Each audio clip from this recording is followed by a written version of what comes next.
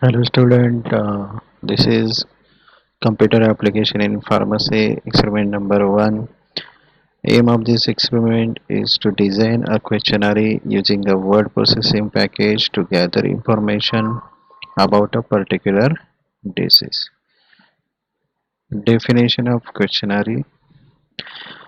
Uh, a questionnaire is a research instrument consisting of a series of questions or other type of prompts for the purpose of gathering information from a respondent. Means if you want to do some research for that research you require information, and that information you want to collect from the people. In this case you have to prepare a survey that includes a series of questions or different types of prompts. By giving it to the people and collecting information from them, you can do your research work, and in this type you can develop a questionnaire. The main objective of this practical is to upon completion of this practical the student should be able to understand the word processing package. What should be the question sequence?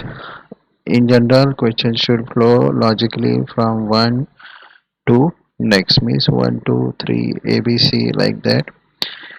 And to achieve the base response rates, questions should flow from the least sensitive to the most sensitive, from the factual to behavioral to the attitudinal, and from the more general to the more specific. Means there must be a sequence you have to follow, means least sensitive to the most sensitive, like that, factual to behavioral, and most general questions to the more specific questions. Also, there are typically the flow should be followed when the constructing a questionnaire in regards to the order that the questions are asked. And the sequence like shown here. First, you can ask screens, then warm-ups, then transitions, then skips, then difficult questions, and then classification, like that.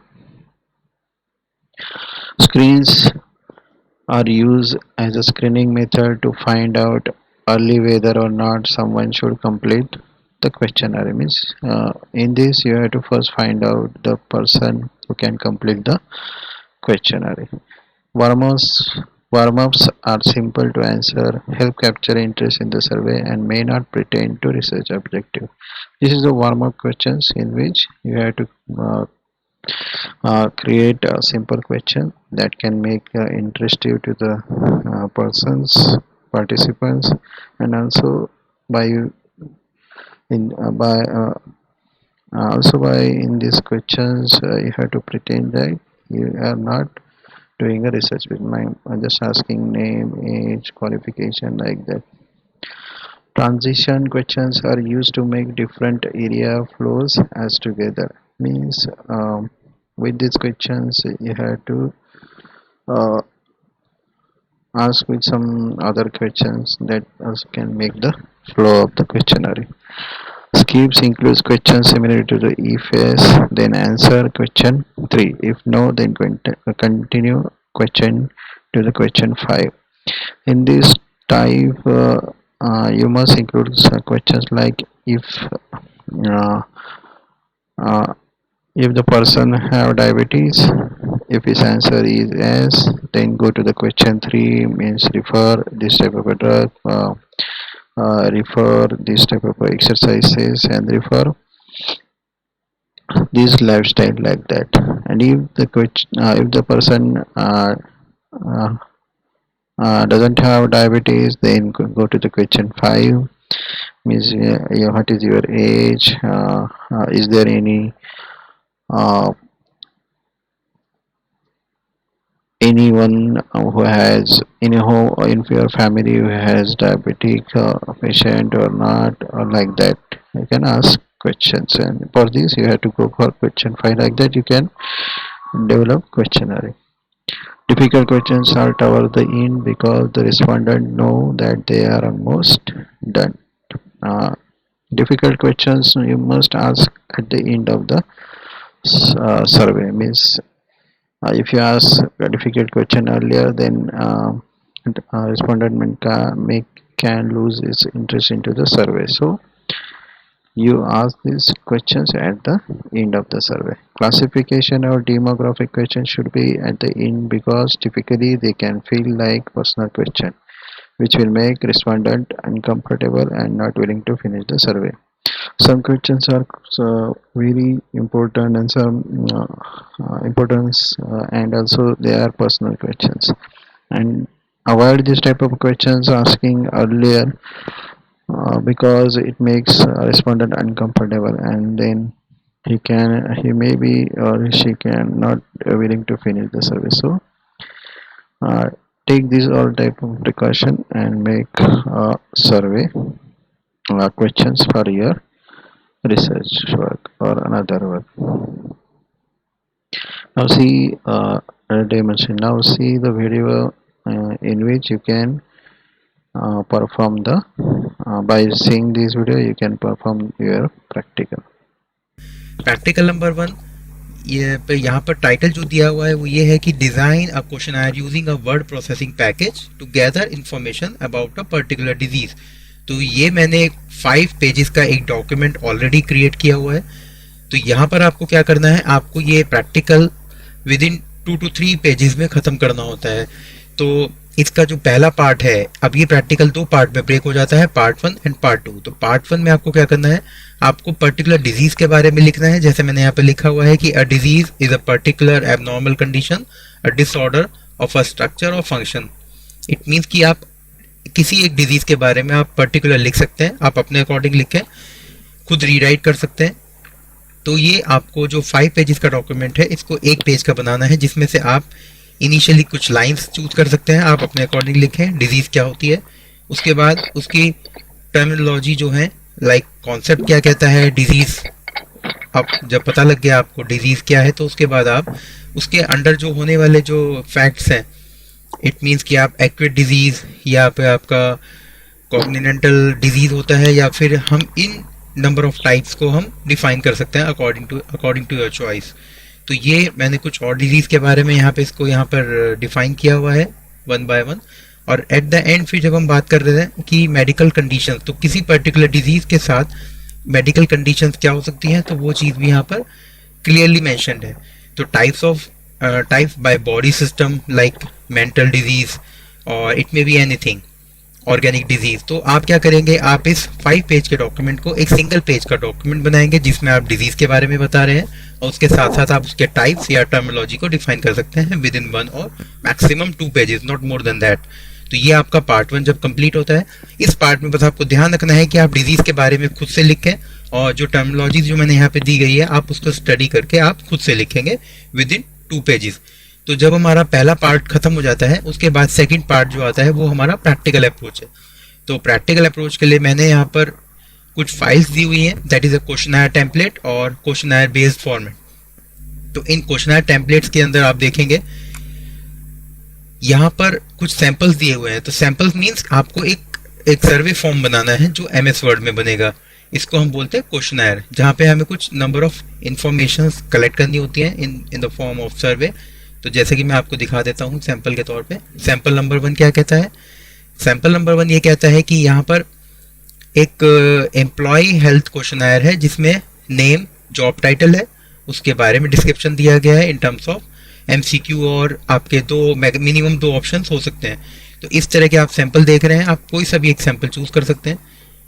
जब हम सर्वे form बनाते हैं तो वहाँ पे हमें information collect करनी होती है, लाइक डायबिटीज़, किसी पर्टिकुलर पेशेंट को डायबिटीज़ है या नहीं, या हार्ट प्रॉब्लम है, या फिर सर्जरी के लिए आया है, या उसके अलावा उसका लो ब्लड प्रेशर है। इस तरीके से आप देख रहे हैं यहाँ पर। तो अगर हम क्वेश्चनर बना रहे हैं तो क्वेश्चनर को वर्ड में बनाने का सबसे सिंपलेस्ट तरीका है, आप सबसे पहले यहाँ पर अपना फाइल ओपन करें, न्यू फाइल। अब इस न्यू फाइल के अंदर सपोज मैं कहता हूँ कि टेम्पलेट को देख के अगर आपको बनाना है हार्ट प्रॉब्लम, तो यहाँ पर आप लिखेंगे, लाइक आप टाइटल कुछ भी डाल सकते हैं यहाँ पे, टाइटल 1 समथिंग, आप कुछ भी डिफाइन, ये आपको सैंपल अकॉर्डिंग टू यू आपको अपने आप बनाना है। 6 सैंपल्स को आप कलेक्ट करके, इन 6 सैंपल्स को आप मिक्स करके अपना एक खुद का एक क्वेश्चनायर आप सेट कर सकते हैं। मैं आपको थोड़ा सा आइडिया दे देता हूँ। एक्चुअली इस वीडियो के अंदर पूरा क्वेश्चनायर तो नहीं बन पाएगा, बट मैं आपको बेसिक आइडिया दे सकता हूँ। जैसे आपको चेकबॉक्स लगाने हैं, तो चेकबॉक्स के लिए आप क्या करेंगे, आपने यहाँ पे कुछ लिखा और उसके बाद या तो आप चाहें तो आप इनको सबसे पहले तो यहाँ पर आप पेज लेआउट के तौर पर आप क्या कर सकते हैं, यहाँ पर इंडेंट सेट कर सकते हैं और उसके अकॉर्डिंगली लाइन स्पेसिंग या फिर कॉलम आप 2 कॉलम में डिवाइड कर सकते हैं। तो सबसे पहले मैं आपको सिंपलेस्ट तरीका बता देता हूँ। सिंपलेस्ट तरीका ये है कि आपको एक बुलेट फॉर्म अगर यूज़ करनी है तो you can choose like this, इस तरीके से आप बुलेट फॉर्म चूज कर लें। या फिर आपको शेप्स लगानी है तो आप जाएंगे यहाँ पर शेप्स के अंदर, यहाँ पर आप इस तरीके से बॉक्सेस को, छोटे छोटे बॉक्सेस को आप यूज़ कर सकते हैं। इस तरीके से आप चेक बॉक्स के तौर पर आप अपना एक सैंपल डिज़ाइन कर सकते हैं। तो ये है सिंपलेस्ट तरीका कि हम किस तरीके से अपना क्वेश्चनायर बनाना चाहते हैं। लाइक जैसे यहाँ पर आ रहा है नेम, तो नेम के लिए आप अगर आपको पेशेंट का नाम देना है तो आप पेशेंट का नाम देके नेम, यहाँ पर आप कंट्रोल L करके उसको लेफ्ट साइड ले जाएं और यहाँ पर आप अंडरस्कोर यूज़ कर लें। लाइक डेट ऑफ बर्थ, तो डेट ऑफ बर्थ में भी आप इस तरीके से अंडरस्कोर मल्टीपल टाइम्स यूज़ करके आप इंफॉर्मेशन कलेक्ट कर सकते हैं। यहाँ पर आप डेट डालना चाहें तो आप डेट को अंडरस्कोर के साथ बैकस्लैश, फिर अंडरस्कोर, फिर बैकस्लैश एंड देन इस तरीके से आप मिक्स कर सकते हैं अपने क्वेश्चनायर को। अब ये तो मैं बात कर रहा हूँ 6 सैंपल्स की, चाहे आप किसी भी सैंपल्स को उठा लें, वहाँ पर कुछ सिमिलर रिलेटेड इंफॉर्मेशन है। जैसे कि आप देखेंगे ये वाला क्वेश्चनायर हमारा, आप क्वेश्चनायर इस तरीके चॉइस के अकॉर्डिंग भी बना सकते हैं। तो अल्सर्स, गैलस्टोन और any alignment of the stomach that is no और यस, तो किसी भी तरह का आप लाइक जैसे कि यहाँ पर आप अगर सैंपल बना रहे हैं तो सैंपल के अंदर अगर आपको लगता है कि डिफ़िकल्टीज आपको ज़्यादा हो रही हैं, ज़्यादा प्रॉब्लम्स आ रही हैं चेक बॉक्स बनाने में, तो आप यहाँ पर सपोज मैं यहाँ पर कुछ क्वेश्चन दे देता हूँ। जैसे मैंने कुछ क्वेश्चन पूछा और उसके आगे स्पेसिंग करके मैं यहाँ लिख सकता हूँ यस स्लैश नो। तो इस तरीके से मैं I can mention number of questions. अब ये तो मैंने बात करी है 6 सैंपल्स की जो मैं मिक्स करके आपको बता रहा हूँ। अब एक और क्वेश्चन आया है that is based on different format, तो ये एक सैंपल और है। जैसे कि आप सबसे सिंपलेस्ट फॉर्म ये बना सकते हैं जहाँ पर मैंने दिया हुआ है name, age, gender, marital status और एजुकेशनल क्वालिफिकेशन क्या है। इसको आप HTML में भी बना सकते हैं। HTML में थोड़ा सा वो ईजी हो जाता है जब हम कोडिंग कर लेते हैं। तो अभी हमारा प्रैक्टिकल नंबर 1 MS वर्ड पर है, तो हमें MS वर्ड के अंदर इस तरीके से सैंपल डिज़ाइन करना है। ये दूसरा है, आप इस तरीके से बना सकते हैं। आप चाहें तो इसको, अगर आपको सपोज ये वाला क्वेश्चन आयर आप फोकस कर रहे हैं तो इस क्वेश्चन आयर को फोकस करने के लिए आपको क्या करना है, आपको क्या करना है, यहाँ पर सपोज ये कॉपी पेस्ट तो नहीं हो पाएगा क्योंकि ये इमेज है, तो यहाँ पर मैं आपको जस्ट एक लिख के बता देता हूँ। लाइक जैसे कि मैं यहाँ बता रहा हूँ क्वेश्चन नंबर 1, तो इसमें मुझे डायरेक्ट मैं यहाँ पर बुलेट यूज़ कर सकता हूँ। जैसे आप देखेंगे बुलेट मेरी ये वाली है फर्स्ट, यहाँ पर आप इसको, यहाँ पर आपने लिखा चॉइस 1, देन चॉइस 2, इस तरीके से चॉइस 3,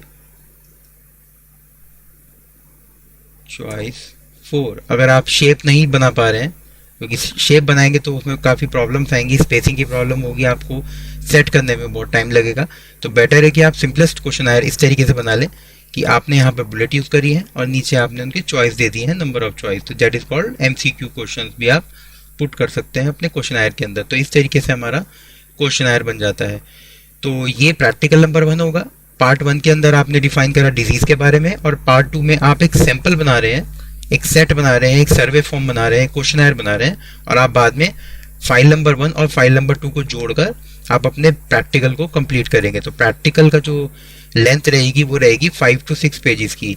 अगर आप मैक्सिमम डिजीज को लिखना चाह रहे हैं तो 3 to 4 पेजेस का आप डिजीज कर सकते हैं। वैसे मैं आपको सजेस्ट करूंगा कि 2 पेज का आपका ये डिजीज बन गई और उसके बाद थर्ड पेज पर आपने क्वेश्चन बना लिया। तो इस तरीके से हमारा प्रैक्टिकल नंबर 1 कंप्लीट होता है, जहाँ पर आप एक क्वेश्चन डिजाइन कर रहे हैं वर्ड के अंदर और इन्फॉर्मेशन कलेक्ट कर रहे हैं। तो वहाँ पर आपको सैंपल बनाना है, एक्चुअल में कोई पेशेंट की इन्फॉर्मेशन नहीं लेनी है, आपको सिंपल एक सैंपल बनाना है जिसमें आप name, age, gender, date of birth, city and so on, इस तरीके से आप नंबर ऑफ फील्ड्स को सेट कर सकते हैं। आई होप आपको प्रैक्टिकल नंबर 1 समझ में आ गया होगा कि किस तरीके से आपको डिज़ाइन करना है और उसको किस तरीके से कंप्लीट करना है। तो आई होप आपको समझ में आ गया होगा, तो आप इसको एक बार प्रैक्टिकल जरूर करके देखिए। So thanks for watching this video. Hope you understand this practical.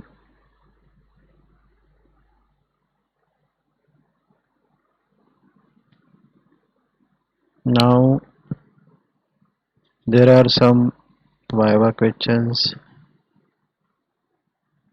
Uh, you can learn these Viva questions by pausing this video.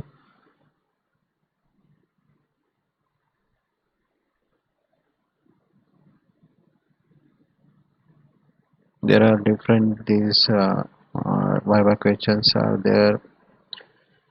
You learn these questions by pausing this video.